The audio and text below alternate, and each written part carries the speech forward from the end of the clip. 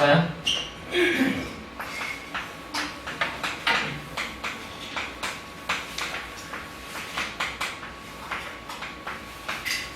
자, 지난번에 했던 거는 차이가 적용된 규칙, 그래서 같은 차이로 이루어진 등차 수열에 대한 얘기를 했고, 오늘 할 부분은 이제 비율에 의한 규칙이야. 비율에 의한 규칙인데, 이제 곱셈하고 나눗셈에 관련되어 있는 비율에 대한 규칙이다. 근데 등비라는 원칙에 의해서 어떤 비율이냐? 같은 비율을 갖는 등비수열이라고 얘기를 합니다. 자, 일단 여러분들이 등비수열을 이해하는 건 일정한 수를 곱해서 나열된다라고 이해해도 돼. 등차수열은 일정한 수를 더해서 나열된다. 등비수열은 일정한 수를 곱해서 나열된다. 그래서 이거는 원래 인접한 항의 비율이 일정하다라고 얘기를 합니다. 인접한 항의 비율이 일정하다.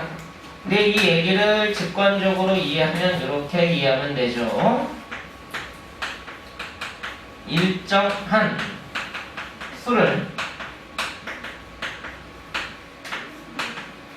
곱하여 나열된다. 그랬을 때 우리가 같은 비율을 갖는다라고 얘기를 하고, 이 곱해지는 일정한 수를 우리가 공비 해서 기호로는 R이라는 기호를 쓰게 될 거야. 그게 뭐야? R을 곱해서 나열된다라고 보시면 되겠지. 그러니까 우리가 등비수열 AN이다 라고 얘기하면 얘가 첫 번째 항, 두 번째 항 쭉 가서 n번째 항이 나올 건데, 이거를 다시 보면 첫 번째 항, 두 번째 항은 R 곱해서, 세 번째 항은 또 R 곱해서, 네 번째 항은 또 R 곱해서 계속 나열되게 된다라는 관점에서 이해하면 된다는 거야. 근데 곱해지는 숫자가 얼마냐라는 거, 그것만 판단하면 등차 수열처럼 해석하는 것은 어렵진 않아. 등비수열 찾는 건 어렵진 않아. 그럼 이제 이 표현을 어떻게 가져갈 거냐라고 봤더니, 첫 번째로 등차 수열에서도 일반항을 찾았듯이 등비 수열에서도 일반항을 찾는 이론이 나옵니다. 그리고 일반항을 등차 수열에서도 기납적 추론 방식을 써서 직관적으로 찾긴 했지만, 그 방식은 수학적으로 맞지 않는다고 그랬어. 기납적 추론은. 일반항을 어떻게 추론하는지 확인해 볼게요. A1이 있고 A2라는 애는 A1에다가 공비가 곱해져. 세 번째 항은 두 번째 항에 공비가 곱해져서 만들어지고, 네 번째 항은 세 번째 항에 공비가 곱해서. 그럼 n번째 항은 어떻게 만들어지느냐? n-1번째 항에다가 공비가 곱해서 만들어진다. 자, 등차 수열에서는 얘네들을 싹 더했었는데, 등비 수열에서는 얘네들을 싹 곱한다 라고 생각하면 돼.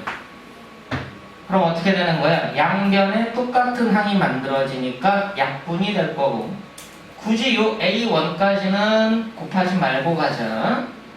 그럼 A2부터 싹 계산됐을 때 곱하면 약분이 되고 약분이 되고 약분이 되고 얘까지 약분이 돼.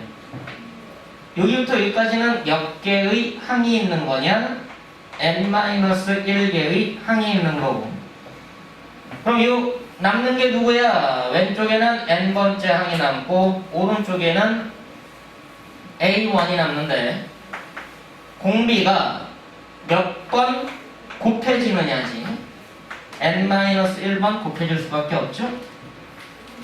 그러니까 이 n-1이라는 숫자가 갭을 나타내는데, 뭐하고 뭐에게? 내가 찾고자 하는 항과 기준항의 갭이 된다.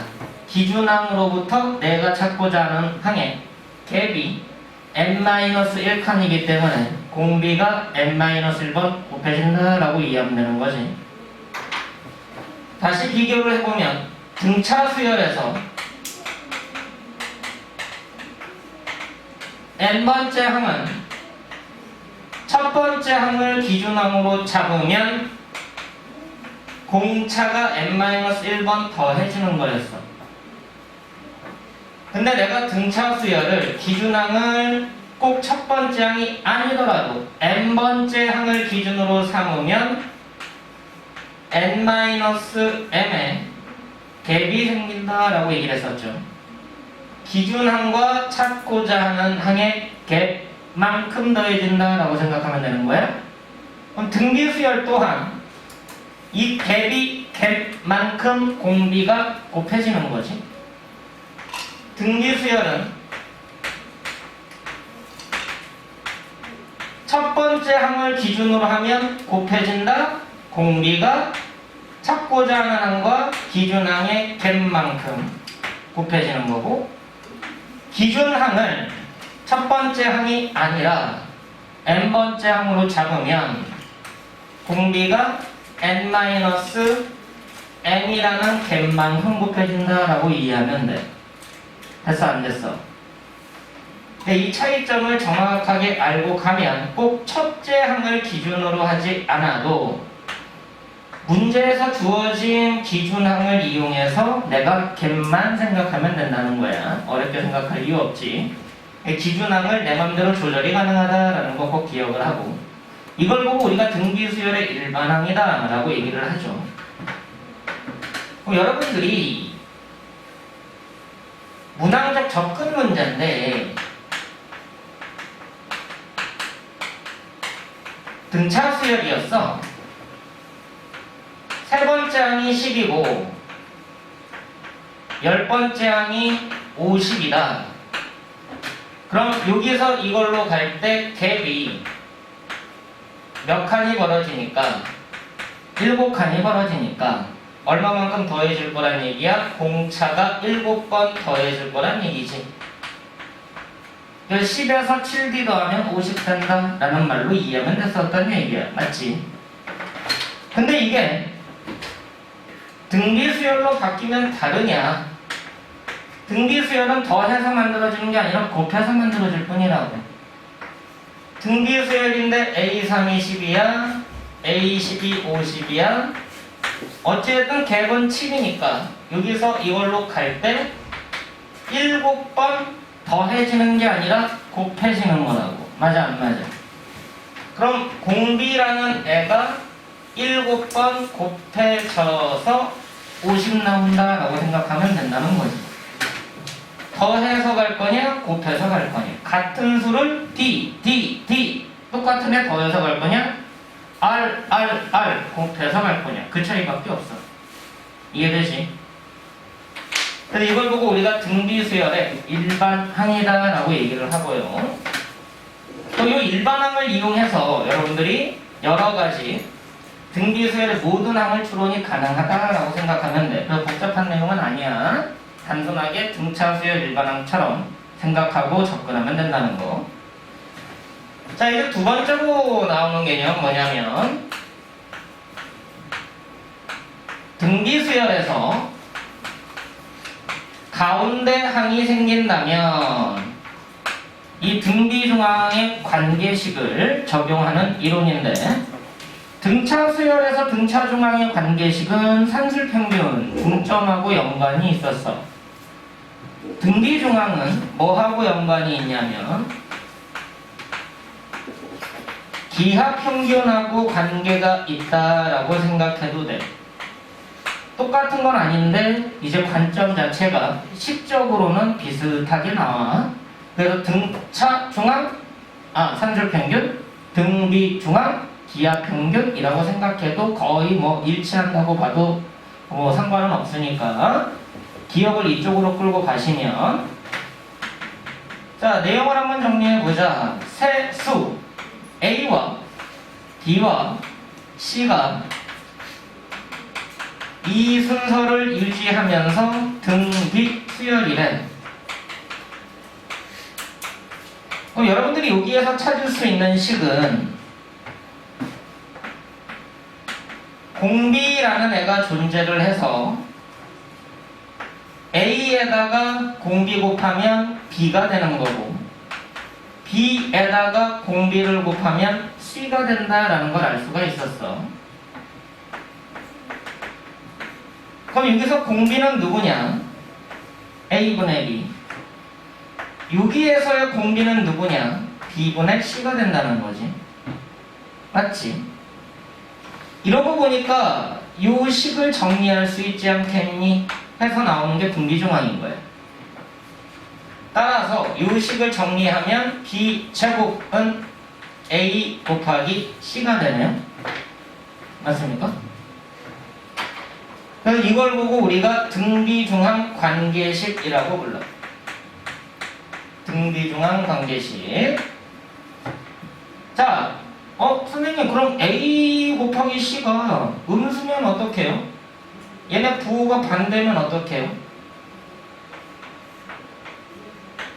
A, C의 부호가 같을 때 그러면은 이 B라는 애는 실수가 될 거예요. 맞니 안 맞니? A, C 부호가 같으면은 얘가 양수가 되니까 B 제곱이 양수니까 B는 실수죠. 근데 A하고 C의 부호가 다를 수가 있어. 그럼 이때의 B는 허수가 나오지? 제곱해서 음수 인수 허수잖아. 의미상황으로는 쓸 수는 있는데 실제로는 이 허수는 수원부터는 그냥 안 다룬다라고 봐도 무방해. 수열에서 이 허수를 직접적으로 이용하기도 하는데 교과에서는 원래 안 다루게 돼 있어. 수능에선 출제 안 된다. 그냥 의미로만 알고 있어요. 의미로만 존재한다라고 기억을 하시면 돼요. 그러니까 가급적이면 다 이쪽만 나온다는 얘기예요. 알겠어? 문제 자체로는 이쪽으로만 출제되고 어찌됐든 등비중앙 관계식은 이렇게 생겼다.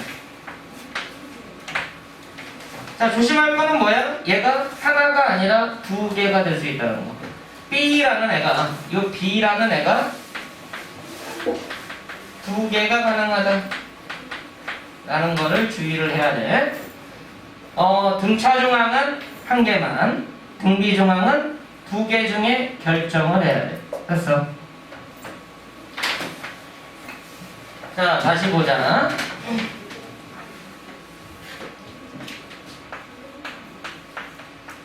E와 A와 4 이 세 숫자가 등차 수열 이론데 그럼 A는 누구야? 2와 4의 평균이 3일 수밖에 없는 것이 평균 구하면 돼. 2와 A와 4가 등비수열 이론데 그럼 A제곱은 누구라고? 2 곱하기 4 됐어? 그래 8이다. 그럼 A가 될 수 있는 숫자는 누구인 거야? 플러스 마이너스 2루트 2. 이게 2루트 2여도 되고 마이너스 2루트 2여도 되고 상관없다는 얘기야. 두 가지의 가능성을 갖고 있다. 자, 방금 얘기했던 거에 의하면 2와 A와 마이너스 4가 등비수열 이론인데 그럼 A제곱은 마이너스 8이네. 그럼 A는 플러스 마이너스 2루트 2i라고 쓸 수는 있어. 쓸 수는 있지만 사용 안 해. 이런 문제는 그냥 진짜 뭐 우연찮게 만들어지는 문제일 뿐이에요. 학교 시험에도 저렇게 내신다? 그 선생님이 뭔가 의도하지 않는 한 이런 문제는 안 내. 됐어. 근데 이런 건 등비수열이라고 얘기는 한다는 거야. 우리가 알고 있는 i제곱, i 세제곱 이렇게 나열하면 얘는 공비가 i인 등비수열 아니냐라고 얘기할 수는 있어. 하지만 굳이 이런 식으로 확장하진 않는다는 얘기야. 억지로 만들어내지 않는 한. 됐어? 그래서 이런 경우는 출제가 거의 안 된다. 안 나오는 게 맞다 라고 보시면 되고 혹시 나오면 그냥 계산해서 사용하면 돼. 선생님이 뭔가 문제를 의도를 갖고서 내신 건데 실제 교과 과정에서는 이 수열부터는 허수 단위는 안 다루게 돼 있어. 그렇게 생각하고 가. 했어. 나오면 그냥 풀면 되니까.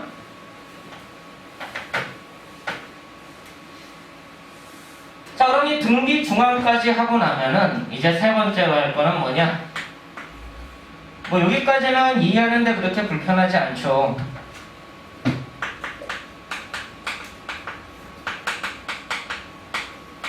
등차 중앙하고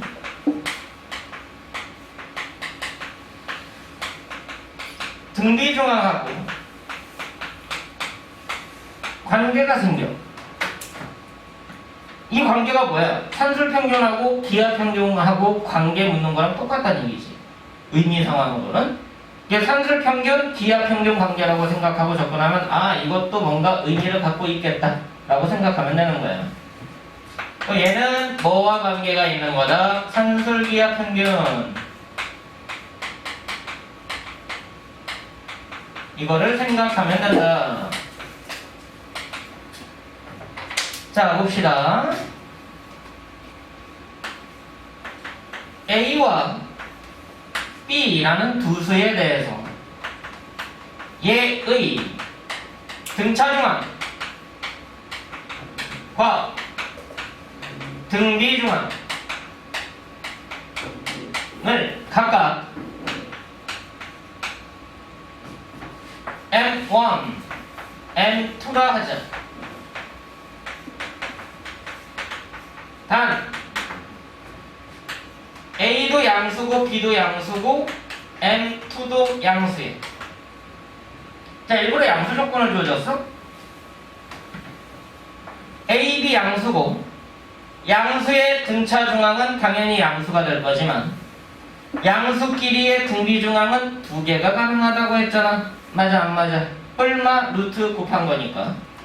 그럼 결국 그 중에 양수만 생각하기로 하겠다. 이 조건이 보이는 순간 결국은 등차 수열, 등비 수열 얘기지만 그냥 요 얘기로 바뀌는 거예요.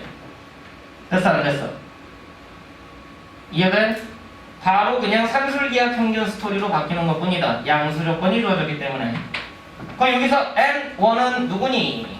라고 봤더니 2분의 A 더하기 B였다는 거죠. M2는 누구니? 라고 봤더니 곱해서 루트 시움 뿔마 루트 AB가 아니라 그 중에서 양수만 다루겠다. 양수만 다루겠다. 루트 AB가 되더란 얘기야. 아, 이러고 보니까 우리가 평소에 자주 보던 산술평균, 기하평균이 됐다는 얘기지. 따라서 등차 중앙은 등비 중앙보다 어떻다? 크거나 같다. 산술평균은 기하평균보다 크거나 같다니까. 여기에서 바로 이걸로 연결이 되고, 단 등호는 두 수가 같을 때 성립하겠지. 됐어 안 됐어? 같은 수일 때가 평균이 같았던 거니까 산술기하 평균이 고스란히 옮겨왔다라고 이해하면 돼. 근데 이거만 보면 별거 아닌 것 같잖아. 여러분들 교과 과정에서 없어진 내용이 있어가지고 이것만 보면 별게 아닌 게 되는 거야. 근데 그 없어진 내용까지 연결하면 조금 특이한 이론이 하나가 나와. 거기에 대해서 간단하게 좀 설명을 해보자. 자, 우리가 지금 하고 있는 게 등차수열, 등비수열이라는 것을 해서 산술평균적 의미가 담겨있는 등차중앙, 기하평균 의미가 담겨있는 등비중앙이라는 관점을 봤어. 근데 여러분들이 고1 때 평균이 산술평균이 있고요, 기하평균이 있었는데 교과 과정에서는 없어졌지만 학교 선생님들 중에서는 일부러 설명하시는 분들도 더러 있어. 무슨 평균이 있었느냐? 조화평균이라는 게 있었다는 얘기야. 두 수에 대해서 산술평균은 2분의 A 더하기 B, 기하 평균은 루트 AB. 조합 평균이 누구였느냐? 이게 평균 성력 구하는 거랑 똑같아요. 기하 평균은 루트 AB, 조합 평균은 평균 성력 구하는 거랑 똑같아. A 더하기 B분의 2AB. 이게 조합 평균이었거든. 그럼 조합 평균이 어떻게 만들어지는가? 얘가 어떻게 된 건가? 얘의 역수를 잡아. A분의 1, B분의 1. 얘의 산술 평균을 구해. 그럼 더해서 2분 나눌 거니까 2분의 A분의 1 더하기 B분의 1. 됐어? 이거 정리하면 2AB분의 A 더하기 B 나오거든. 얘를 다시 역수를 취해. 그걸 조합평균이라고 불러. 역수의 산술평균의 역수. 역수의 산술평균의 역수. 됐어? 산술기하평균 관계가 이렇게 되는 거 알고 있을 거야. 항상 성립하죠? 산술평균이 기하평균보다 크거나 같다. 기하평균이 조합평균보다 크거나 같아. 이걸 원래는 산술기하 조합평균 하고서 세 가지를 배웠던 건데, 저 조합평균이라는 의미가 수학적으로는 매우 중요하지만 여러분한테는 그렇게 딱히 중요하지 않아서 교과과정에서 없애버렸어. 이렇게 됐어. 자, 이게 없어짐으로 인해서 여기서도 없어진 게 있거든. 수열에서 등차 수열과 등비 수열이 있고 그 다음에가 조화 수열이라는 게 있었어요. 그럼 결국 뭐야? 여기에서 평균, 중항, 중항, 중항, 등차 중항, 산술 평균, 등비 중항, 기하 평균, 조화 중항, 조화 평균이라는 얘기야. 어떤 차이인지 알겠니? 참고 삼아서 그냥 이거랑 관계가 있으니까 설명을 하는 거야. 여러분들이 이 식은 고등서 하에서 보면은 가끔 나와. 문제집에도 등장하기도 하고 증명할 때도 등장하기도 하고 그렇게 물어본단 말이야. 그럼 이 조화수열이라는 것도 어느 정도는 알고 가야 돼. 자, 내가 수열적 규칙 얘기할 때 세 가지 얘기했지. 합차의 이항규칙. 같은 차이냐 다른 차이냐. 맞아 안 맞아? 두 번째 규칙은 비율의 이항규칙. 맞아? 같은 비율이니 다른 비율이니. 숫자가 나열될 때. 세 번째 규칙은 역수에 대한 규칙. 그게 이거예요. 알겠니? 조화라는 말은 역수 취해서 다시 역수를 취하는 과정이야. 역수적 의미를 담았을 때 조화라는 말을 쓴다. 수학에서는 주어진 수들의 역수들을 바라보고자 할 때 그걸 조화롭다, 하모닉하다라고 얘기를 해. 왜 그런지 나도 잘 모르겠어. 아무리 고민해봐도 안 나와. 왜 그게 조화로운지는. 왜 그게 하모닉이지? 교수님한테 아무리 물어봐도 교수님들도 잘 대답을 못 하시더라고. 그래서 나 혼자 막 고민한 건 있는데 아무래도 좀 억지성이 좀 강한 것 같아서 다른 이론은 나 혼자 고민해도 그게 억지스럽진 않은데 왜 역수가 조화로울까라는 대한 고민은 아직도 진행 중이에요. 아무튼 자, 그래서 이 규칙까지는 여러분들 알고 있어야 돼요. 교과 과정에는 없지만 그럼 여기에서 등차 중앙, 등비 중앙의 관계만이 아니라 조화 중앙의 관계까지 나와야 된다는 얘기예요. 알겠어? 그 설명 때문에 지금 하는 거다. 자, 봐. 이제 번외인데 조화수열이라는 거에 대한 간단한 설명을 하겠습니다. 복잡하지 않아요. 복잡하지 않은데 실제 쓰임새에서는 활용도가 거의 없어. 문제에서 내기도 좀 그렇고 해가지고 활용도가 별로 없다고 생각하시면 돼. 그래서 뭐 교과 과정에서 삭제했는지도 몰라. 많이 활용하지도 않는데 왜 애들을 더 외우게 하느냐? 그런 측면일 수도 있어. 근데 생각하기는 어렵진 않다. 이것만 정확하게 기억하면 여러분들이 지금 했던 내용으로 다 접근이 돼요. AN이란 애가 조화수열이다. 라는 얘기는 똑같아. 모든 항을 다 역수를 취해서 나열해. 모든 항을 다 역수를 취해서 나열해. 그럼 이 수열이 뭐가 되냐면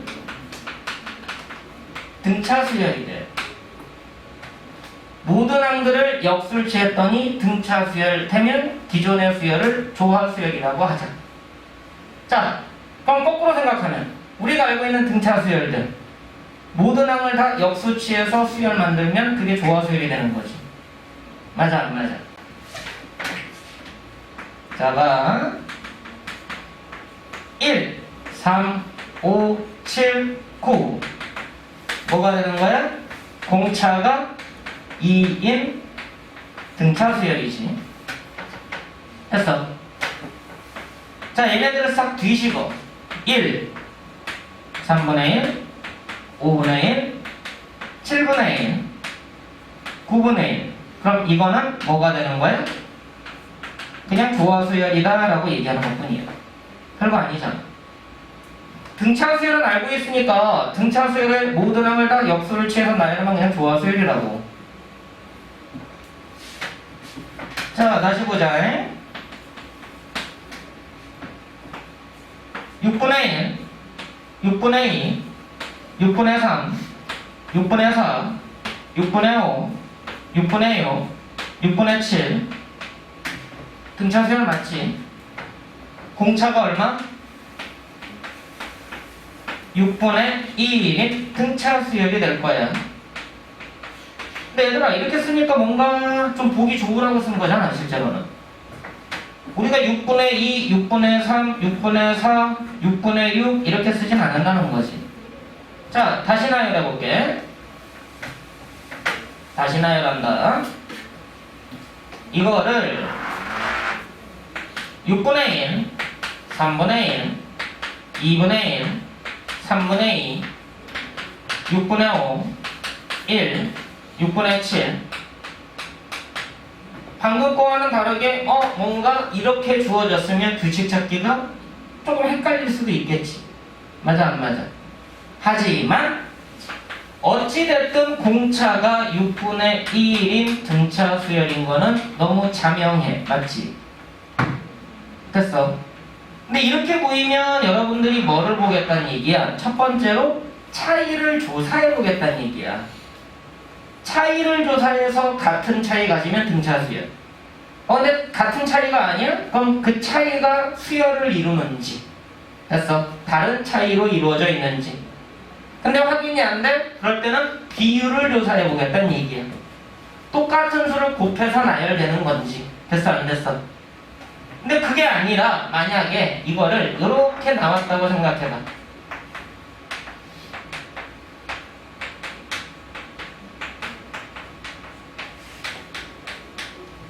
자, 내가 뭐 했어? 그냥 역수치했지. 역수치해서 나열한 것 뿐이야. 맞지? 그럼 이 수열은 뭐가 된다? 등차 수열이 역수항들이니까 조화 수열 된다고. 근데 문제 자체에서 내가 이렇게 추론해 가니까 이게 뭐가 뒤집혀가지고 만들어진 거구나 라는 게 보이는데, 야 이거 누구니? 라고 물어보면은 안 보인다는 얘기야. 이해가 안 돼. 그럴 땐 뭐 해라? 차이를 한번 봐라. 차이를 조사한다. 빼 얼마? 마이너스 3. 빼 마이너스 1. 빼 마이너스 2분의 1. 빼 빼기가 귀찮아져.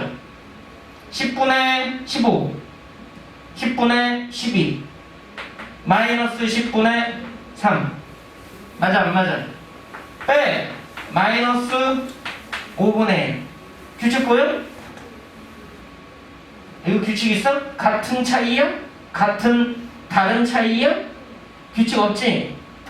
아니란 얘기야. 비율을 봐. 뭐 곱해서 나열되니? 라고 봤더니 2분의 1 곱하면 3 나와. 3분의 2 곱하면 그 다음 거 나와. 그지? 뭔가 좀 규칙이 있을 것 같아. 얼마 곱하면 되니? 이번에는 4분의 3 곱하면 되네? 5분의 4 곱하면 될까? 그치? 뭔가 규칙이 있어. 6분의 5 곱하면 되지. 자, 무슨 말이야? 곱해지는 비율이 다른 비율이네. 맞아 안 맞아? 뭐로 볼 수 있어? 다른 비율이 곱해지는 수열로도 볼 수 있다는 얘기야. 그래서 이걸로 풀어도 돼. 알겠니? 근데 이건 특이한 거다. 매우 특이한 게 나온 거야. 자, 만약에 이거조차 해결이 안 되면 역수를 보란 얘기야. 그럼 역수를 취하면 요게 되지? 맞아 안 맞아? 그럼 얘는 이걸로 바꿔서 볼 수가 있지? 아, 역수가 공차가 6분의 1인 등차 수열이구나. 이해가 안 돼. 그렇게 해석하는 거예요. 이 순서를 차이를 비교해라, 비율을 비교해라, 역수를 봐라. 됐어. 이도 안 될 때 군 무리 지으면 규칙이 보인다. 이 넷 중에 하나야. 됐어 안 됐어? 그러니까 수열의 규칙은 이 넷 중에 하나다. 차이냐, 비율이냐, 역수냐, 무리냐. 됐어? 이 순서를 계속 지켜봐야 돼. 왜? 처음 배우는 거니까. 그럼 나중에 이 수열을 계속 보다 보면 이거네, 저거네, 요거네 보인다는 얘기야. 근데 그때까지는 이 순서대로 한번 연습을 해봐. 그래야지 그 규칙 찾는데 도움이 많이 돼요. 됐습니까? 자, 그럼 이제 조화 수열에 대해서 좀 간단하게 설명을 한번 해볼게. 자, 보세요. 첫 번째로 일반항 찾아볼 거야. 조화 수열의 일반항 찾을 겁니다. 그럼 어떻게 되는지 봐. A1, A2, A3, AN 하고서 나열이 돼 있을 건데 얘가 조화 수열이기 때문에 모든 항들을 다 역수를 취해.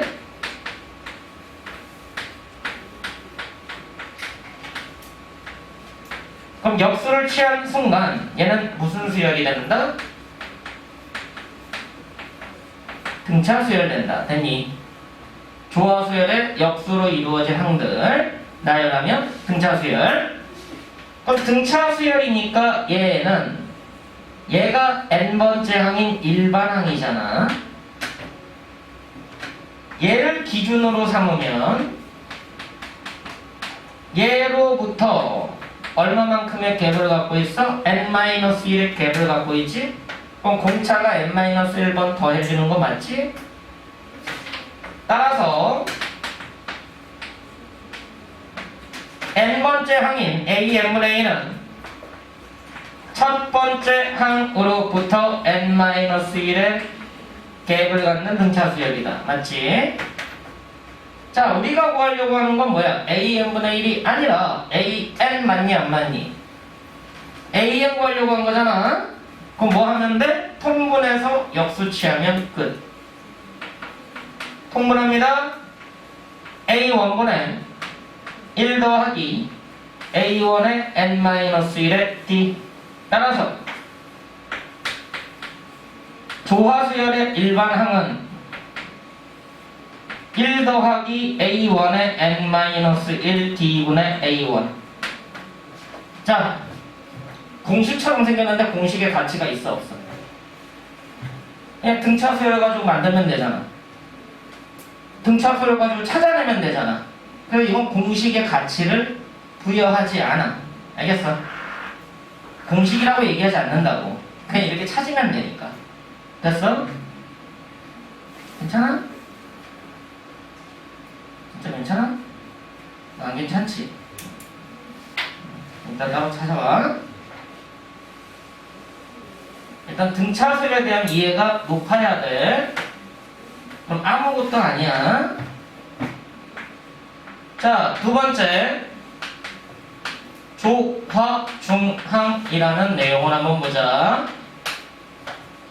같은 얘기인데 A, B, C 순서대로 조화, 수, 열 이룰 때야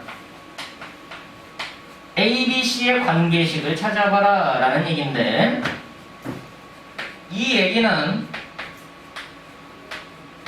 A분의 1과 B분의 1과 C분의 1을 보면 얘는 무슨 수열이 된다? 등차 수열이 된다라는 이론이네. 됐어? 어려워?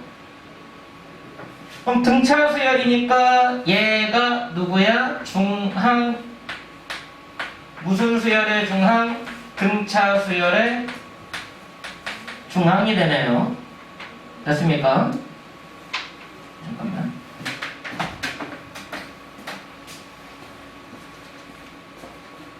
잘 보이니 너?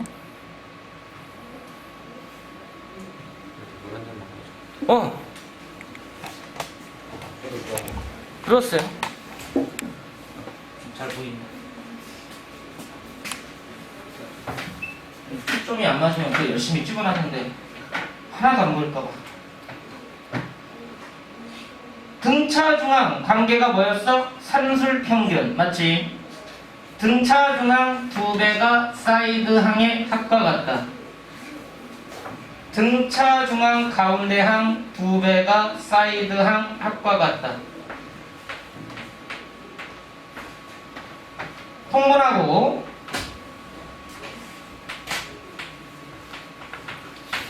양변 뒤집어서 2 곱하면 조화 중항의 관계가 만들어지죠. B는 A 더하기 C분의 2AC. 됐어 안 됐어? 이거를 조화 중항 관계식이라고 부르는 것 뿐이야. 통분해서 뒤집어서 2 곱하면 끝. 됐어? 근데 이게 뭐하고 관련이 있는 거라고? 조화 평균하고 관련이 있는 거라고. 여기가 되니? 자, 이 설명을 한 이유를 봐야 돼. 물론 교과 외적인 부분이야.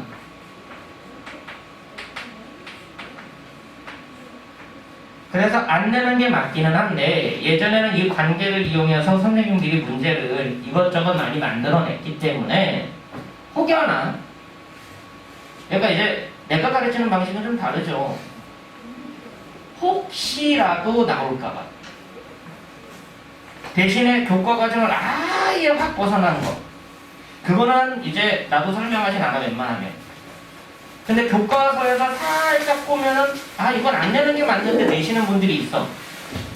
이거 교과 과정 오는데 왜 내셔가지고 괜히 애들 귀찮게 만들어. 근데 내시는 분들이 덜어 있더란 얘기야. 그런 부분까지는 그래도 하고 가는 게 맞지 않느냐. 그래서 나는 그냥 설명을 하는 쪽이야.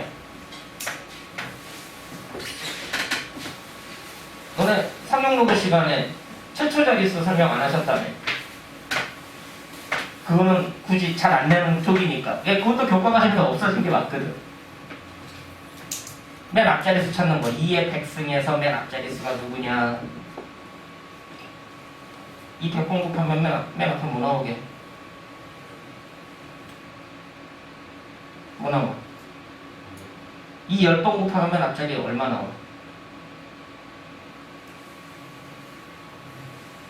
왜? 1024니까 1 아니야. 맞아 안 맞아? 그럼 이 100번 곱하면 맨 앞자리에 뭐 나와? 뭐 어떻게 구해? 1이야? 왜? 그냥 1024니까 1 나올 것 같아? 그럼 10번 곱하면 맨 앞자리 뭐 나오니? 10번밖에 안 되니까. 그럼 곱할 거야? 아니라는 얘기지. 그걸 찾는 방식이 있어. 근데 그게 예전에는 교과 과정에 그냥 정리가 되어 있고, 물론 정리가 되어 있던 건 아니고, 그때도 교과서에는 문제로만 들어가 있어. 내용이 정리가 되어 있진 않아. 예전 교과서에도 내용이 뭐만 있었냐면은 자릿수 찾는 문제만 교과 과정에 있고, 연습 문제나 뒤쪽에 가면은 최초 자릿수 찾는 문제가 있다는 얘기야. 근데 지금은 그걸 아예 그냥 문제 자체를 교과서에서 배제를 시켜버렸어. 그래서 그거 하지 마라 라고 이제 정해진 건데, 근데 이거 선생님들에 따라서는 문제를 출제하다가 그냥 내시는 분들도 있더란 얘기지. 근데 문제가 뭐냐면 예전에는 최초 자리 찾는 문제가 교과서에 있어. 그러니까 애들이 연습하잖아. 그럼 선생님들이 뭘 물어보냐면 그래? 이거 연습했어? 야 그럼 5에 100승 곱했을 때 앞에다 두 번째 자리 누구게? 라고 물어봐. 그러니까 그건 또 안 배운 거잖아. 이해를? 그러니까 야 앞에서 세 번째 자리 누구게? 이제 애들이 미쳐버리는 거예요. 문제로 기본적인 문제가 실려있으면 선생님들은 어떻게든 그 내용은 똑같이 확장을 하거든. 그래서 두 번째 자리, 세 번째 자리 물어볼 수 있다는 거예요. 근데 문제에서 아예 빼버렸어. 그 말은 뭐야? 두 번째 자리, 세 번째 자리 묻는 거는 이제는 억지가 돼버렸다는 거지. 대신에 뭐는 물어볼 수 있어? 맨 앞에는 누군지 물어볼 수는 있다는 얘기야. 그래서 나는 설명을 하는 쪽이야. 아예. 안 나오면 고맙겠지만 나오면 억울하잖아. 억울한 일 안 당하게 하려고 나는 야 그래도 이건 알고 가자 하고서 그냥 설명하는 쪽이고. 근데 일단은 여러분들이 상용 로그를 먼저 이해를 하고 나면 최초 자리 찾는 연습은 아무것도 아니야. 그냥 방식이 있어. 그것만 기억하면 답이 바로 나와. 알겠어? 근데 그 정수 부분 가지고 자릿수 찾는 것도 헷갈리는데 최초 자리까지 해버리면 더 헷갈리겠지. 정수 부분 가지고 자릿수 찾는 연습이 제대로 돼 있으면 최초 자리 찾는 것은 나중에 내가 알려주는 공식에다 대입하면 그냥 답이 나와. 어렵게 생각하지 마. 알겠지? 근데 얘는 왜 나왔냐면 얘들아 잘 봐. 아까 얘기했던 거 연장선이야. A가 양수고 B가 양수일 때 A와 B의 등차중앙, 등비중앙,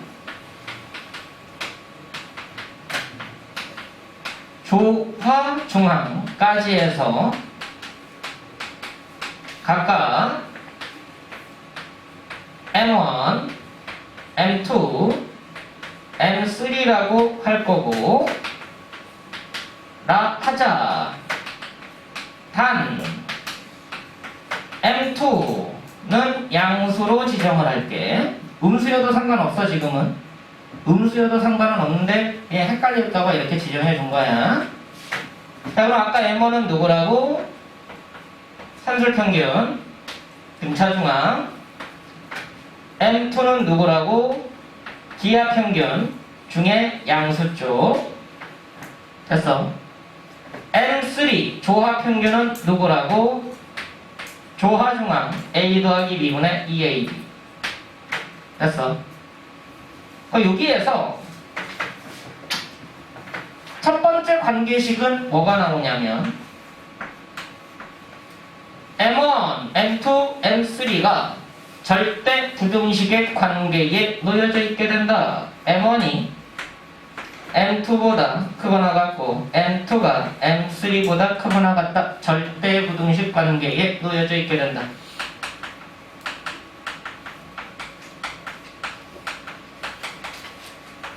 이걸 보고 우리가 산술기하 조화평균이라고 불렀다라고 기억을 하시면 돼.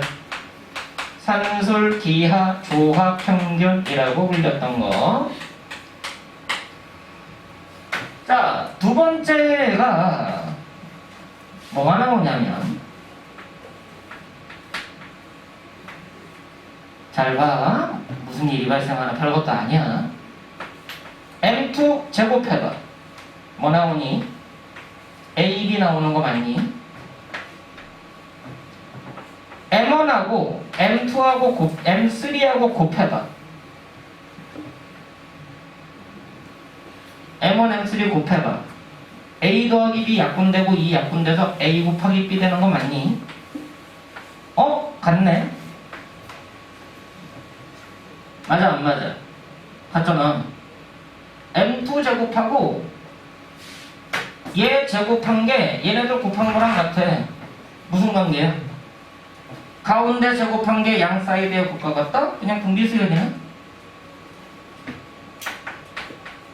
M1, M2, M3가 이 순서대로 무슨 수열을 이룬다?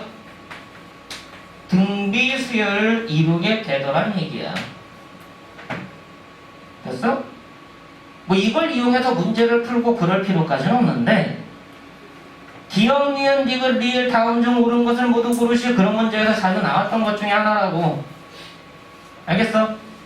그래서 이것 때문에 설명을 한 거야. 산술기하 조합 평균이 고2 와서 이 수열론에서 어디하고 연계가 되는지. 그래서 원래는 예전부터는 되게 중요하게 다뤘던 내용 중에 하나지만, 그래도 뭐 지금 현재 교과 과정에서 저 조화 중앙이 빠졌으니까 크게 의미는 없는 것처럼 보이지. 근데 요거까지만 하면은 그냥 했던 내용이라고 생각하면 되는데, 왜? 조화 수열 없으면 요거까지는 산술기하 평균하고 관계가 있다라는 것까지 설명이 되니까. 근데 요 2번으로 확장하면 M1, M2만 가지고는 무슨 수열이다 라고 얘기를 못하니까 1, 2 써있어. 무슨 수열이야? 그거 따지는 게 무슨 의미가 있어? 공차가 1인 등차 수열? 공비가 2인 등비 수열? 뭐 역수가 무슨 규칙을 이루는 수열? 뭐 무슨 의미가 있냐고. 맞아 안 맞아? 두 개 한 가지고는 어떤 수열인지 의미 따지는 게 뭐 필요 없어. 그치? 적어도 3개는 있어야 의미가 부여가 된다는 얘기지.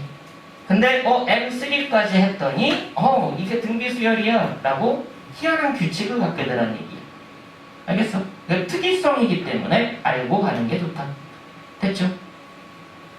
그래서 일부러 조화수열이라는 설명을 일부러 해드린 겁니다. 자, 그럼 이제 여러분들이 어디를 알게 된 거냐? 등차 수열과 등비 수열의 일반항과 중항까지 알게 된 거예요. 그럼 등차 수열에서 뭐 했어서 그 다음에 등차 수열에 확보하는 방식. 가우스가 프리한 방식을 이용해서 증명까지 했었죠. 등차 수열 확보하는 공식은 두 가지. 끝항을 이용할지 공차를 이용할지. 같은 이론이긴 하다만. 됐어. 그럼 지금 할 거는 뭐야? 등비수열을 확보하는 이론. 됐어 안 됐어? 등차수열 확보하는 방식은 가우스 방식을 이용하니까 기억하기가 쉬워. 근데 등비수열 확보하는 방식은 조금 독특한 과정을 이용하기 때문에 어렵진 않아. 어렵진 않은데 그래서 그랬구나 라고 기억을 해야 된다는 얘기야. 평소에 쓰던 이론이 아니라서 그래.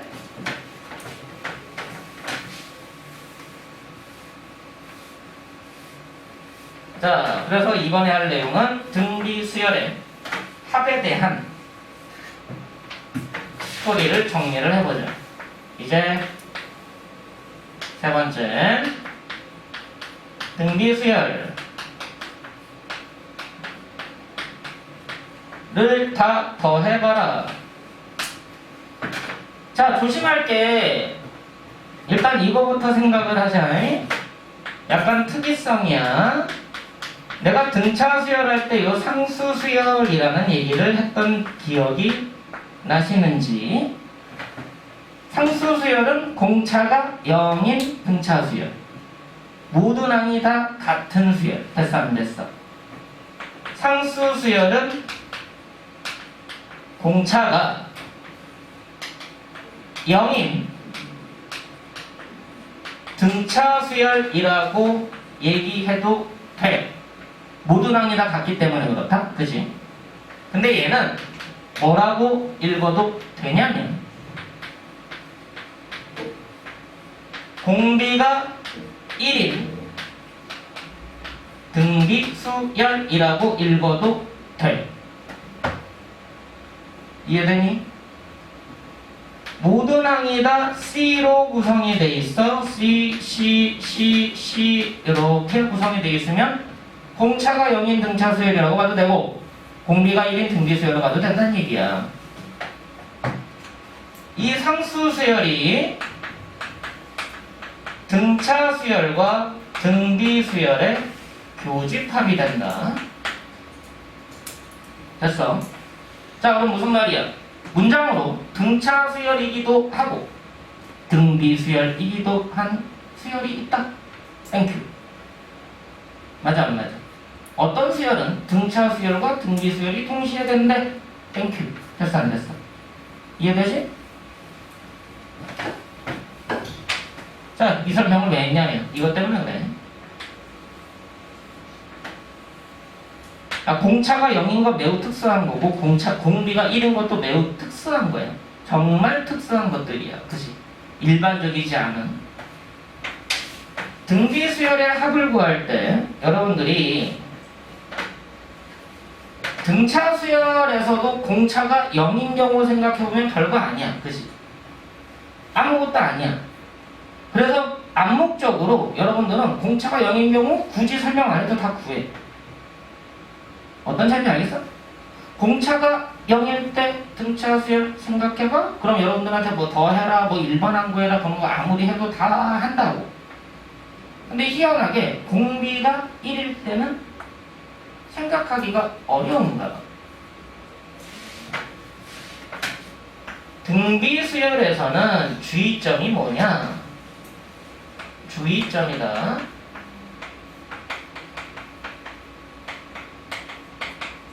초항부터 초항이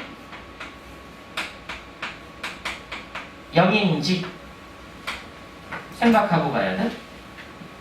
두 번째는 공비가 0 또는 1인지 생각해두는 게 좋다. 알겠지? 자, 이제 등비수열의 합구하는 이론을 설명을 할 테니까 잘 봐. 등비수열 AN에 대하여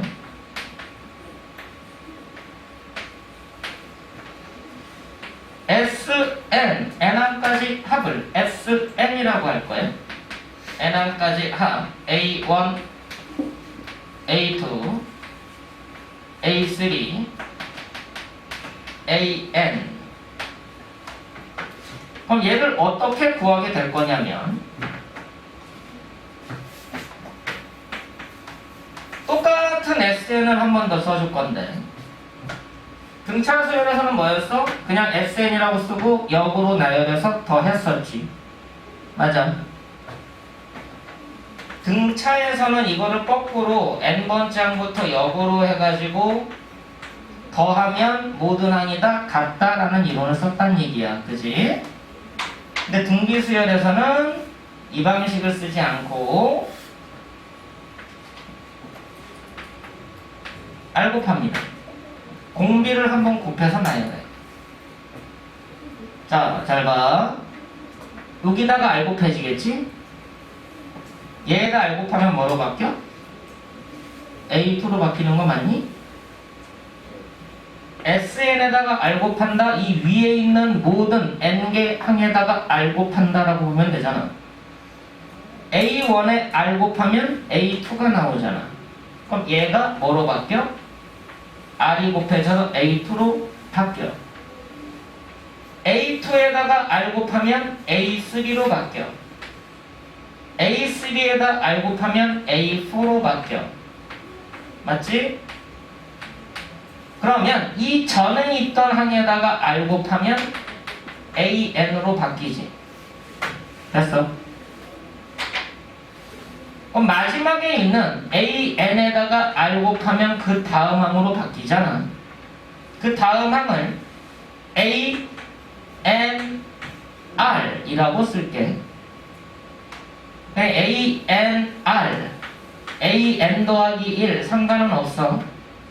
다시 보자. 등비수열의 n번째 항은 A1의 R의 n-1승이었었지? 맞아? 그럼 얘는 AN의 R이지만 A1의 R의 n승 되는 거 맞아 안 맞아? 여기까지 됐어. 자, 요렇게 된 의미가 얘가 의미를 갖는 이유가 R이 1이면 의미가 없지. 아니 이게 곱해가지고 다음항되게 만드는 게 지금 포인트인데 공비가 1이면 다음항되는 게 아니라 그냥 같은 항이었던 거잖아. 맞아 안 맞아? 여기에서는 공비가 1이 아니어야지 의미를 갖는다는 얘기야. 알겠어? 왜? 뺄 거기 때문에 그래. 공비가 1이면 빼면 없어지잖아. 맞아 안 맞아? 의미가 없어진다는 얘기지. 그러니까 공비가 1이 아니어야지만 얘가 의미를 갖게 된다. 성화야. 정신 차려라. 자 빼보자. 1 빼기 R의 SM 좌변. 우변에 남는 게 누구냐면 맨 앞에 있는 위에 있는 A1과 밑에 있는 A1R의 N승만 남고 나머지는 다 수거가 돼. 맞지? A1 빼기 A1R의 N승. 됐어? 얘 빼준 거니까. 기왕이면 A1을 묶어서 쓰면 1 빼기 R의 N승. 그래서 이제 정리가 끝나는 거예요. 따라서 등비수열의 합은 1-R분의 A1 1-R의 N승이다.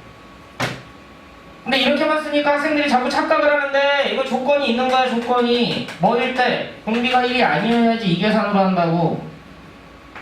단 공비가 1이 아닐 때만 이 방식을 쓴다. 맞지? 공비가 1이면 무슨 수열이었어? 아직 안 지우고 있잖아. 상수 수열. 맞아 안 맞아? 모든 항이 다 똑같아. A1이 n번 나와. 맞지? 공비가 1이 아니면 n항까지 합 n번째 항까지 합은 이건데 공비가 1인 경우에는 SN은 누가 되겠어? A1이 n번 더해지는 요게 된다는 얘기야. 너무 당연하지? 됐어? 이거를 뭐라고 불러? 등비수열의 합을 증명하는 과정이라고 불러. 근데 얘들아 내가 몇 줄 썼어? 이거 나열했고 한 칸씩 밀었고 알 곱해서 빼줬고 나눠줘서 정리한 거밖에 더 있어? 근데 어려워해 이거를. 어려워하지 않아도 된다고 별거 아니니까. 알겠어? 몇 번 연습해보면은 그냥 안 해본 방식이라 헷갈려 보이는 것이 몇 번 해보면 되게 간단하게 나와. 이해되지? 자 그래서 등비수열의 합을 다시 정리를 해보면 이렇게 나눠서 쓰게 돼 있어요. SN을 구하는 과정은 두 가지다. 초항을 n번 더하는 과정. 공비가 1일 때. 그게 아니면 1 빼기 R분의 A1 괄호 1 빼기 R의 N승으로 구하는 과정. 공비가 1이 아닐 때. 됐어? 이게 공식이야 이게. 이 전체가. 근데 학생들한테 야 등비수열 합구하는 공식만 해봐. 1-R분 아니야! R-1은 아니야! 내가 그런다고. 1-R분은 아니야! R-1, 야 1-R분의 R-1분의 야 이거 위아래 마이너스 곱해가지고 R 빼기 1분의 A1의 R의 N 빼기 1이라고 하거든. 이거는 공비가 1보다 작을 때 쓰고 이거는 공비가 1보다 클 때 쓰는 게 유리해. 뭐 뭔지 알겠어? 근데 얘들한테 1-R분의 아니야! 응? R-1은 아니야! 아니라니까! 애들이 그거 말고 모르는데 자기가 공식 잘못 외웠니? 아니지. 공비가 1일 때와 아닐 때로 나눠서 말을 했어야 되는데 등비수열 합구하는 공식만 해도 공비가 1일 때는 NA1이고요. 공비가 1이 아닐 때는 1-R분의 A1의 1-R의 N승입니다 라고 말해야 되는데 등기수열 확보하는 공식을 이거라고만 알고 있는 애들이 많아. 그리고 이거 설명하면 선생님 저도 알아요. 알긴 뭘 알아. 그것도 틀려오는데 결국은 그것 때문에 틀려온다니까. 알겠어? 등비수열 확보하는 공식이 뭐야? 라고 물어보면 공비가 1일 때와 아닐 때로 나눠져요가 출발이라고. 알겠어? 그 다음에 공식 외우는 거는 너네가 뭐 문제를 풀면서 외우든 증명하면서 외우든 건 방법이란 얘기야. 근데 공비가 1일 때랑 아닐 때로 나눠서 시작해요 라는 것부터 출발점을 잡으라. 이해되지? 학기 중에 이게 이제 기말고사 시험 보니까 기말고사 시험 대비할 때 야 등비수 확보하는 공식 성화야 말해봐 했더니 1분에서 4분에 하는 순간 그냥 깨물어 버린다. 알겠지? 공비가 1일 때랑 아닐 때로 나눠서 생각합니다 라고 하는 게 출발이야. 그 다음 건데 그거는 제가 증명해 볼게요. 거기까지는 괜찮아. 갑자기 공식이 헷갈리는데요. 그런 건 괜찮아. 알겠지? 다시 증명하면 되니까. 자, 이걸 분비수열의 이제 합이다 라고 얘기를 하고, 이제 여기까지가 여러분들이 등차 수열과 등비수열의 일반론이다 라고 기억을 하시면 돼요. 그 다음은 이제 수열 총론으로 들어가고, 이 합에 대한 총론으로 들어가고, 그리고 여기에서 좀 특수성으로 확장되는 이론을 응용이라고 해서 설명을 하게 돼 있어요. 일단 여러분들이 여기까지 했을 때가 이제는 내가 등비수열까지 풀 수 있구나 라고 이해하면 되는 거예요. 그럼 거기 뭐 209페이지에 등비수열 어쩌고저쩌고 나와 있는 문항들 유형 13의 등비수열의 특정한 구하기, 유형 14의 등비중앙에 관련되어 있는 이론, 유형 15의 등비중앙의 활용, 그리고 유형 16의 등비수열의 활용, 다 같은 얘기란 얘기야. 이제 뭐 유형 17 뭐 도형으로 활용, 어차피 뭐 등비수열 얘기고, 유형 18의 등비수열 합구하기, 19의 등비수열 합의 활용, 다 요 얘기다. 뭐 합의 응용 다 같은 얘기고, 여기까지가 이제 여러분들 221 유형 20까지가 지금 내가 설명했던 이론에 들어가. 됐어? 그럼 문제를 풀면서 조금 뭐 점검을 해보는 시간도 여러분들 필요하겠죠. 그런 다음에 또 안 되는 것들이 많을 거니까 그때 뭐 질문도 하고, 이 다음부터는 다 응용이거든. 이제부터는 응용이라고 불러. 그리고 총론에 들어가.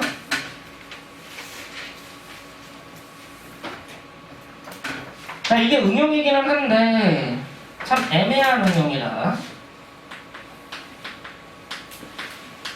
이거는 꼭 학교 가서 선생님들한테 확인을 해보세요. 요새는 교과 과정에 남아있기는 한데 일부러 안 내놓은 쪽이기도 해. 근데 학교 내신에서는 한 문제 정도는 나오기도 합니다. 근데 예전에는 이 문제 가지고 수능까지 연계돼서 문제가 되게 자주 나왔어. 근데 요새는 수능에서는 아예 안 내는 쪽 중에 하나야.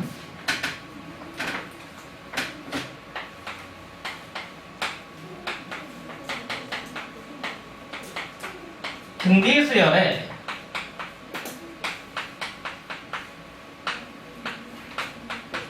실생활로의 활용입니다.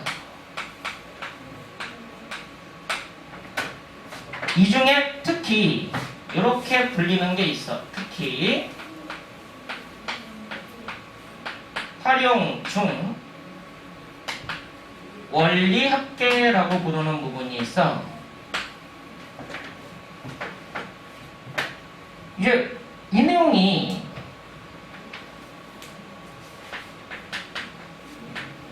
수능 원래 단골 문제였습니다.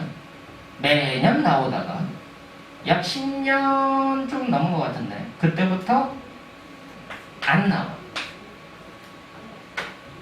선생님 이거 나오면 어떻게 안 나와? 선생님 이거 나오던데요? 6월 9월 평가원에는 나와. 가끔 나와. 근데 11월 수능엔 안 나와. 알겠니? 고3애들이 맨날 반문을 해. 선생님 이번에 6월에 나왔는데요? 그럼 그 수능에 나오지 않을 거야? 안 나와. 그냥 나 믿어. 안 나와. 알겠니? 수능에는 100% 안 내. 근데 내신에는 선생님들이 내기는 해. 그럼 수능이 안 내는 이유가 있을 거 아니야. 왜 교수님들이 6월, 9월에는 냈다가 왜 수능에는 뺄까? 예전에는 6월에도 나오고 9월에도 나오고 수능에도 나왔어. 그러다가 어느 순간부터 수능에는 빼버렸어. 왜 뺄까? 실제로 실생활에 적용이 안 돼서 그래. 다른 실생활 문제들은 이게 뭐 요새는 과학이랑 막 연계시켜가지고 문제 많이 만들어내잖아. 국어도 그렇고 국어 질문도 막 국어 선생님 대단하시더만. 아주 뭐 상대성 이론부터 해가지고 아주 답게 차고 계셔. 근데 그거 막 공부하신다고 막 장난 아니야. 근데 수학도 어찌됐든 실생활하고 연계를 시켜야 되는데 다른 것들은 과학 지문에서 따오고 과학 이론에서 따오고 실제로 있는 이론들이야 다. 이것도 있는 이론은 맞아. 단지 문제는 뭐야? 다른 문제들은 실제로 써. 실제로 이용되고 그게 정확하게 활용이 돼. 근데 이놈은 이론적으로는 수학적으로는 이상적이긴 한데 실제 이게 원금과 이자의 합계거든. 내가 돈을 빌려줬어. 그럼 이자 받아야 될 거 아니야. 내가 은행에다가 돈을 저축을 했어. 그럼 은행에서 이율을 제공해야 될 거 아니야. 맞지? 근데 그 이율 계산이 수학적으로 되지 않고 조금 엉뚱하게 되는 측면이 있어. 그럼 뭐야? 이거 배운 사람은 가가지고 따지고 들어간다는 얘기지. 왜 이렇게 계산은 왜 안 돼요? 왜 이렇게 안 줘요? 하는 순간 이제 거기부터 말다툼이 생기는 거야. 근데 실제로 이율 계산이 이렇게 안 돼. 더 복잡해. 더 까다롭고 희한하게 돼. 많이 알겠니? 그래서 이게 실생활에 적용이 안 되더라는 얘기야. 이론적으로는 그래 그런 게 있어 라는 정도만 알고 있고 수능에서 활용 안 되는 이유는 뭐다? 실제 실생활에 적용이 안 되니까 그냥 아예 계산만 복잡해지니까 빼버린 거다 라고 생각하시면 돼요. 됐습니까? 내용은 간단하게 알고는 있어야 돼. 근데 이 등비수열의 활용이 아니라 실제로는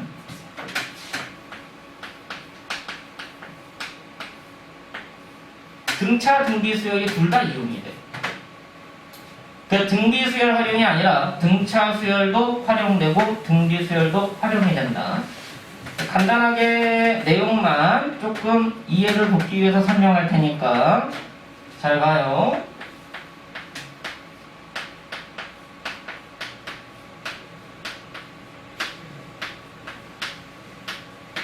이자를 계산하는 방법, 이자를 지급하는 방법에 따라서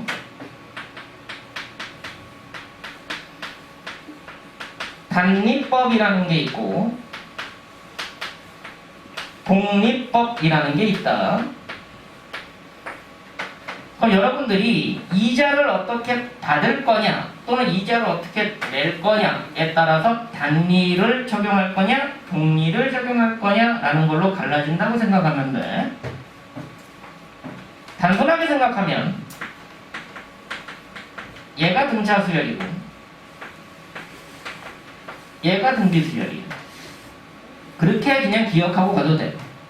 단리가 적용되면 등차 수열, 복리가 적용되면 등비 수열. 그럼 단리법이라는 게 뭐냐?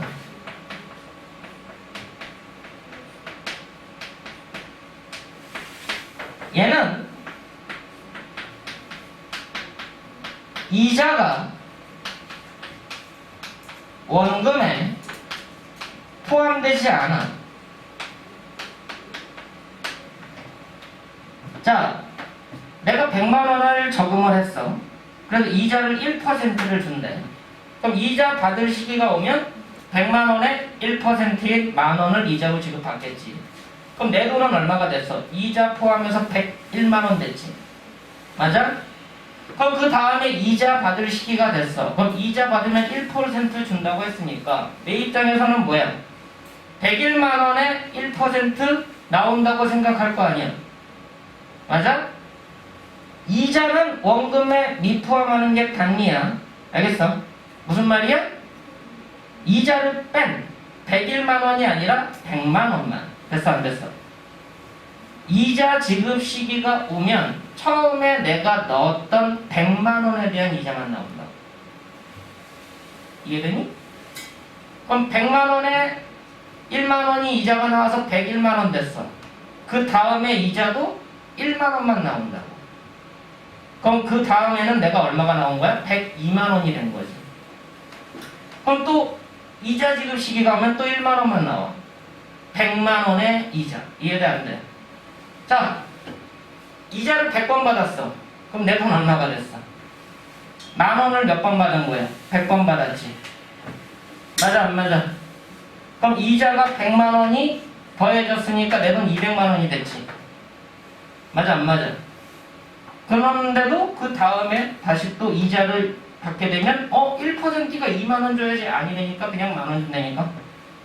그게 단위. 그럼 이자가 늘어나는 사이즈를 봐봐. 만원 더하기 만원 더하기 만원 더하기 만원. 맞아 안 맞아? 그 공차가 만원이 등차수열. 이해를? 단위가 적용되면 등차수열로 이자만 늘어난다. 이해되니?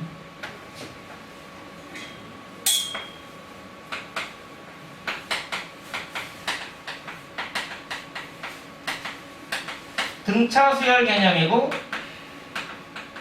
공차가 이자가 되는 거야. 여기까지 됐어?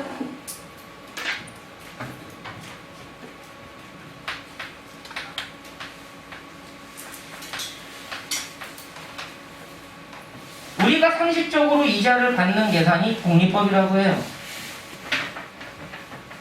방금 얘기했던 대로 100만원 넣었어? 이자가 만원이 붙었어? 그럼 내 돈은 101만원이니까 1% 주면 101만원의 1%를 줘야지 우리가 생각하는. 됐어. 그게 복리법. 근데 실제로는 복리를 적용할 때는 거의 적용하지 않는다. 웬만한 실생활에서는 다 단위법을 써. 복리가 적용될 때는 연체할 때만 복리가 적용이 돼. 그게 무서운 거예요. 그래서 연체하지 말라는 얘기가 거기서 나오는 거다. 알겠니? 내가 받을 때는 단위로 받는데 내가 줄 때는 복리로 줘야 돼. 이해돼? 자, 복리법. 이자도 원금에 포함되는 계산을 말해. 자, 다시 보자. 100만원을 저축을 했어. 이율은 1%를 줄 거야. 그럼 첫 번째 이자 받을 시기가 왔을 때 만원 받겠지. 그럼 내 돈은 101만원 됐다. 그럼 101만원이 두 번째 이자 받을 시기가 오면 101만원에 1%가 붙는 거야. 그럼 얼마가 되는 거야? 11,100원이 오겠지. 맞아 안 맞아? 그럼 뭔가 조금씩 더 붙잖아. 조금씩 더 붙잖아. 기간이 지나면 지날수록 그 조금씩 더 붙었던 게 기하급수적으로 붙는다는 게 복리본이야. 알겠냐? 자, 그래서 얘는 잘 봐. A에 대해서 얘가 원금이라고 보자. 이율을 R% 여러분들이 인식하기 쉽게 퍼센트라고 할게요. 자, 첫 번째 이자 얼마 나와야 돼? A의 100분의 R이 곱해진 게 이자지. 맞아 안 맞아? 그럼 내 돈은 얼마가 됐니? A 더하기 얘 된 거 맞아 안 맞아? 맞니? 그게 원금과 이자의 합계에서 원리합계라고 부른다고. 그래서 원리합계, 원금과 이자의 합계. 내 돈 얼마냐고. 이자를 첫 번째 받았을 때 내가 총 모은 돈은 이렇게 되겠네. 맞지? 내 돈. 자, 두 번째 이자를 받을 거예요. 뭐의 1%가 붙어? 복리니까 얘의 1%가 붙는 거지. 100만원에 만원이 붙어서 101만원 됐어. 기간이 지났어. 이자죠. 얘의 R%. 맞아 안 맞아? 얘가 내 돈이니까 여기에 이자가 붙는 거라고 R%.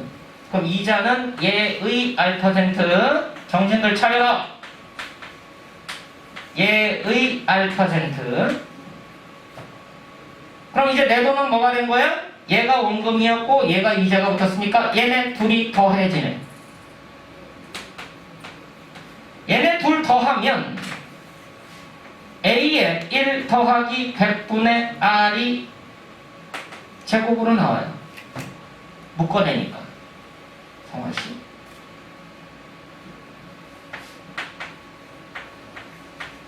세 번째 이자는 뭐가 돼? 얘의 R%. 이젠 이게 내 돈이니까 얘의 R%. A 곱하기 1 더하기 100분의 R의 제곱의 R%.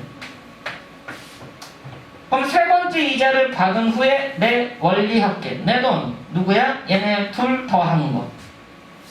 얘네 둘 더하니까 어떻게 돼? 1 더하기 100분의 R의 제곱을 묶어내면 1 더하기 100분의 R이 다시 남아서 얘가 세제곱이 돼. 자, 1승, 2승, 3승 등비수열이네. 이해가 안 돼. 이 정도는 일단 알고 가자고.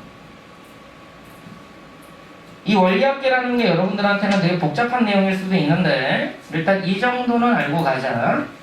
이자 지급법이 왜 차이점이 있는지 단리법이냐 독립법이냐 나오는데 학교 선생님들이 문제를 내더라도 99%는 다 독립법이 적용된 문제를 내. 독립법으로 적용한 원리합계 계산 또는 원리합계 증명 그 문제를 서술형으로 내시기도 해. 근데 재밌는 게 뭐냐, 그러다 보니까 요새 또 예전에 몇 년 전에 또 트렌드가 바뀌어서 선생님들이 자꾸 이것만 내니까 애들이 이걸 무시하더란 얘기야. 무슨 말이야? 이거를 아예 안 해. 그럼 선생님은 어떻게 했어? 이거들 봐라? 이거 잘 모르네? 단리법에 대한 문제를 증명하시오 하고서 낸 적이 여러 번 있었어. 그러니까 애들이 뭐 해? 독립법만 연습하다가 단리법 나오니까 환장을 하는 거지. 그냥 빈 공간으로 서술형에다가 그냥 공백으로 내고서 나오는 애들이 태반이더란 얘기야. 문제는 뭐냐면 나는 다 가르쳐. 왜? 난 만에 하나를 생각하면서 가능성 있는 건 일단 내가 가르치고 보거든. 연습도 시키고.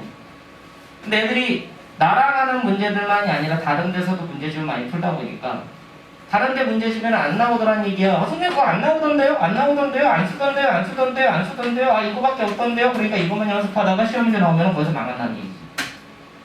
왜? 선생님들도 알고 있어.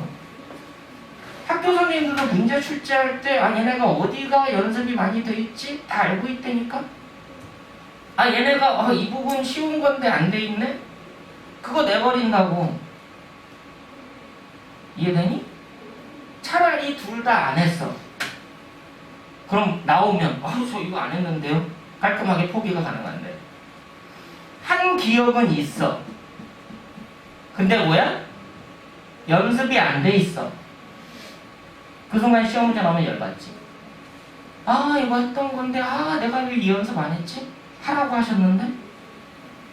아예 선생님들이 이 부분에서 선생님 원리합계 이번에 안 냅니다 라고 하시는 분들도 있어. 학교 시험에서 야 이번 선생님 원리합계 나오나요? 아니 안 낼 거야. 그렇게 깔끔하게 얘기하시는 분들도 있다고. 알겠니? 그래도 물어보라는 얘기야 선생님들한테. 선생님 원리합계 꼭 알아야 돼요? 그거 꼭 내시 그거 자주 나오나요? 중요해 하는 순간 나오는 거. 그거 굳이 필요 없어 하는 순간 안 나오는 거. 오면 양이니. 그래서 물어봐야 된다고. 그래서 내가 이거 하면서 물어보라고 했더니 거기 있는 거야. 알겠지? 자, 한 가지 포인트만 더 잡는다. 이자 지급법에 따라서 등차수열이냐 등기수열이냐가 달라져. 두 번째, 원금을 모으는 방법에 따라 개념이 또 달라.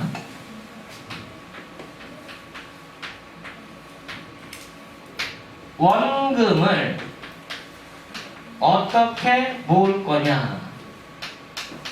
이거를 1회만 할 거냐? 반복할 거냐가 달라요. 반복한다라는 얘기는 정립의 기능을 갖고 있다. 1회만 모을 거다. 그냥 넣어놓고서 기다리는 거예요. 한 번 넣어놓고 기다리는 거예요. 자, 이렇게 집에서 내가 갖고 있는 돈을 이렇게 현찰을 세뱃돈이랑 다 모았으니까 이렇게 좀 수거해가지고 몇 년간 누적되어 있는 거를 이렇게 좀 모아봤더니 300만 원이 됐어. 10,000원짜리만. 그럼 그거 어디다 넣을 거예요? 그냥 서랍에다 넣으니 너네? 뭔가 좀 찝찝하잖아. 길 가다가 이 동생이 괜히 1,000원 잃어버렸다가 괜히 10,000원 빼가지 않을까? 엄마가 뭐 이렇게 뭔가 갑자기 뭔가 좀 형을 필요한데 지갑에 갑이 없어져. 얘 맞다 거기 있었지 하고서 빼가지 않을까? 그럼 고민이 있다는 얘기야. 그럼 뭐 해야 돼? 그 300만 원을 통장에 넣으면 되잖아. 자, 문제는 뭐야? 통장에다가 300만 한 번 넣어놓고 끝나는 거지. 오늘 300만 원 넣었어. 그랬더니 다음날 선환에다 300이 또 생겼어. 무슨 도깨비야? 아니잖아. 그럼 다음날 되니까 서랍 열어보니까 300만 원이 다시 생겼어. 또 넣고 넣었는데 그 다음날 열어보니까 또 생겼어. 아니잖아. 내 돈을 한 번 넣어놨더니 더 이상은 원금은 없는 거지. 맞아 안 맞아? 그게 일회성인 거야. 그걸 보고 예금이라고 불러. 예금 중에서도 정기예금이라고 얘기하는 거예요. 여러분들이 은행 가가지고 뭐 예금, 적금 얘기를 하지만 수학에서 원금을 넣는 방식은 일회성 정기예금이다. 한 번 넣고 기다리는 거예요. 알겠니? 야 그냥 이자 줘. 돈 넣을 테니까 이자 내놔. 이자만 받는 거예요. 됐니? 얘는 정신을 차려! 일반 항에 대한 얘기예요. 단위법이면 등차수열 일반항, 독립법이면 등비수열 일반항. 됐어? 연결돼? 단위로 지급한데 등차수열 한 번만 넣고 끝 일반항. 독리로 적용된데 등비수열 한 번 넣고 끝 일반항. 됐어 안 됐어? 정립할 거야. 작은 돈을 이용해서 목돈 만들려고 하는 거죠. 내가 용돈을 모아서 어떻게든 뭔가 큰 거를 사려고 돈을 모으고 있어. 근데 쓸 건 쓰고 모아야 되니까 그냥 무조건 다 저축할 수는 없잖아. 그래서 한 달에 한 5만 원 정도씩 모으기로 했어. 너무 큰가? 그 정도야. 부모님한테 얘기 한번 떨면 나오잖아. 아니? 책 산다고만 해도 나오잖아. 책 10권 사면 되잖아. 일일이 확인 안 하시게 그런 거 안 해봤어? 나도 해봤는데. 그래, 축하구나. 나는 여러 번 해봤어요. 아무튼 내가 다 해봤던 얘기야. 우리 형이 돈을 어디다가 모으는지 알기 때문에 거기 쏙쏙 빼서 쓰기도 하고. 제가 그랬어요. 자주 그랬어. 우리 형이 책 사이에다 막 꽂아놓고 하는데 나중에 어디든지 몰라 형이. 그래서 그게 단점인 거지. 그러니까 나는 쏙쏙 빼가가지고 물론 자주 그러면 이제 안 되니까 가끔가다. 그지? 한 3-4개월에 한 번 정도? 한 6개월 정도에 한 번 정도? 그렇게 해서 빼다 쓴 기억이 있어.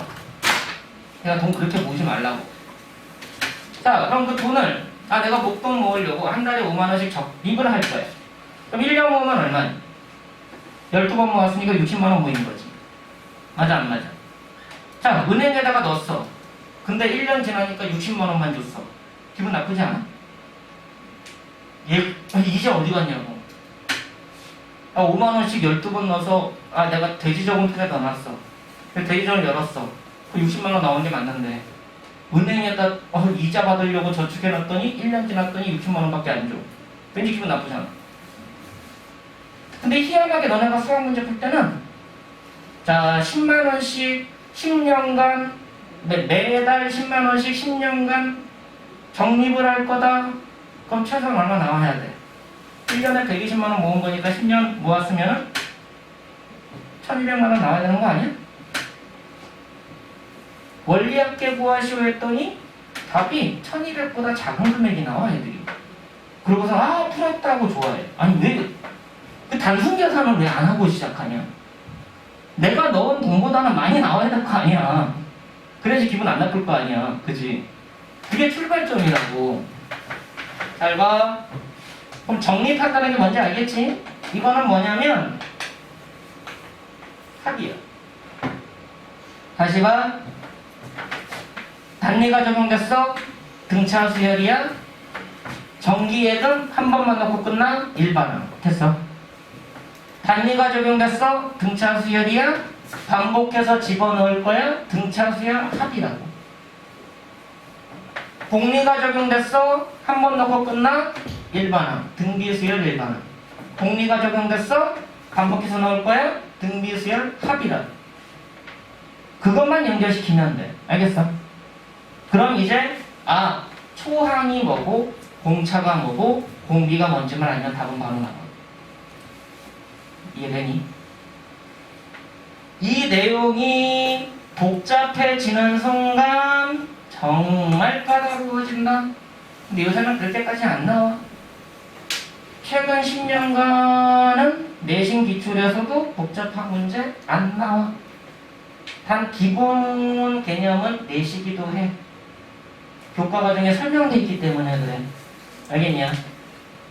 그래서 기본 내용은 나오지만 복잡하게는 안 나온다. 복잡하게 안 나오는 이유는 딱 하나야.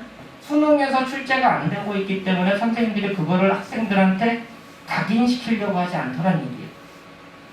전에는 이게 수능 문제로 복잡하게 응용돼서 막 꼬이고 그랬어.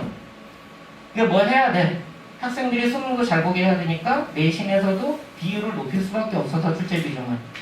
그래서 막 복잡하게 꽈서 냈다는 얘기야. 근데 수능에서 안 나온 순간부터는 선생님들도 그렇게 안 내. 단 원리는 알고는 있어야 되니까 내시는 분들이 더 있긴 하지만 꼬인 문제는 안 나온다. 알겠냐? 그러니까 그 두 가지 포인트만 맞추라고. 단리인데 예금이야 일반항. 복리인데 예금이야 일반항. 됐어? 단리인데 정립이야 합. 복리인데 정립이야 합. 단리는 등차수열, 복리는 등비수열. 끝. 됐냐? 이해돼? 몇 개 나열해 보면 답이 바로 나와. 복잡하게 생각할 필요가 없어. 이해되지? 단 S고는 이거 증명하는 것까지 알고 계셔야 된다. 최근에도 나온 적들이 있어. 알지? 알았죠? 자, 여기까지 해서 여러분들이 유형 21까지 설명을 한 거예요. 근데 유형 21은 할 수 있으면 해보되, 내가 설명을 따로 해줘야 될 수도 있으니까 할 수 있으면 해보되 일단 유형 20까지만 한다고 생각하셔도 괜찮습니다. 그것까지만 해도 문항수가 생각보다 어려운 문제들이 많이 포함되어 있을 거예요. 됐죠?